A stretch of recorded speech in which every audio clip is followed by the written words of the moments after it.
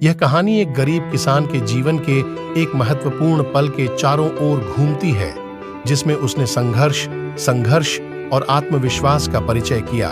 कहानी का प्रमुख पात्र रामचंद था, एक छोटे से गांव के किसान जिसके पास केवल छोटी सी जमीन और कुछ मात्र खेती के साधन ही थे।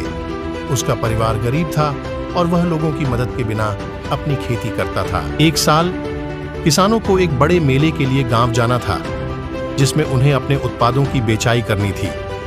लेकिन रामचंद के पास बेचने के लिए ज्यादा कुछ नहीं था। वह सोचता था कि वह मेले में कुछ नहीं कर पाएगा और उसकी परिस्थितियां और बिगड़ जाएंगी। लेकिन उसकी बुद्धि और उसका साहस कहानी की मोटी ओर ले गए।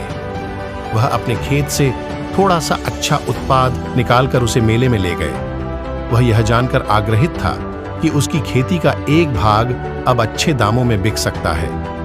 मेले में उसका उत्पाद दिखाने पर एक धनाढ़ किसान ने उसको उसके उत्पाद के लिए अच्छी कीमत दी। रामचंद थोड़ी देर तक चिंतित रहे, लेकिन फिर उसने यह समझा कि अगर वह कुछ नहीं करता तो उसकी स्थिति कभी नहीं बदलेगी। उसने धनाढ़ किसान की पेशेवरी और विश्वास को देखकर एक सौदा किया और अच्छी कीमत पर अपने उत्पाद को बेच दिया। मेले के बाद उसने उस पैसे से अपनी खेती को और बढ़ाने का निर्णय लिया और कठिनाइयों का सामना करने का साहस दिखाया।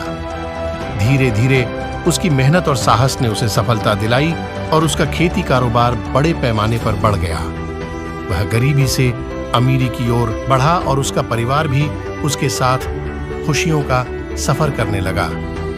यह कहानी हमें यह सिखाती है कि आत्मविश्वास, मेहनत और साहस कभी भी किसी को भी सफल बना सकते हैं, चाहे आप कितनी भी मुश्किल स्थितियों में क्यों ना हो।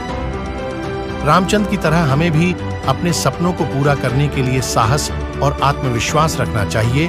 दोस्तों, वीडियो यहीं तक अच्छा लगा तो लाइक, शेयर और सब्सक्राइब जरूर करें।